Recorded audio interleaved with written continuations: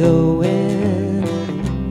We will miss your bright eyes and sweet smile, for they say you are taking the sunshine that brightens our pathway a while. The Adventures of Cowboy Jessie and Cowboy Earl by H.R. Hunsaker.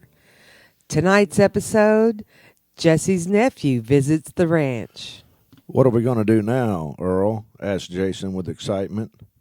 Earl didn't know what to say. The kid was starting to wear him down.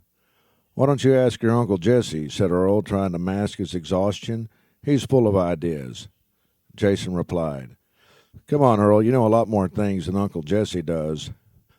"Now what am I going to do?" Earl thought to himself. "I've gone off and made some sort of impression on the kid. Now I'm not going to be able to shake him without hurting his feelings." Earl knew along he didn't like to be around kids. They'd find your soft spot and kick a hole in it every time. Earl looked down at Jason. "I suppose we can do some roping."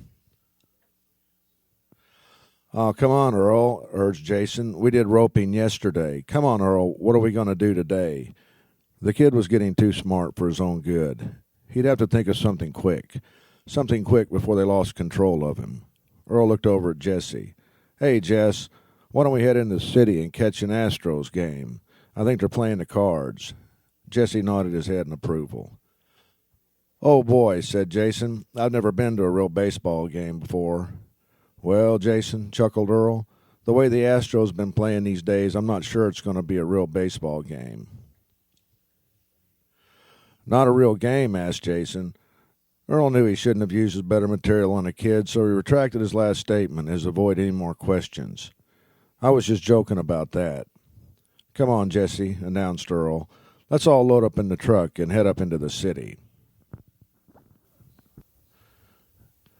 As the three cowboys headed to the truck, Jason tugged on Earl's shirt and asked in a serious tone, "Can I sit by you at the game, Earl?"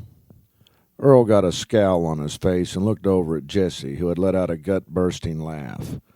Earl paused to keep himself from laughing, and after he regained himself, he looked down at Jason and said from behind his ice-cold and stone-faced expression, "I reckon so, kid.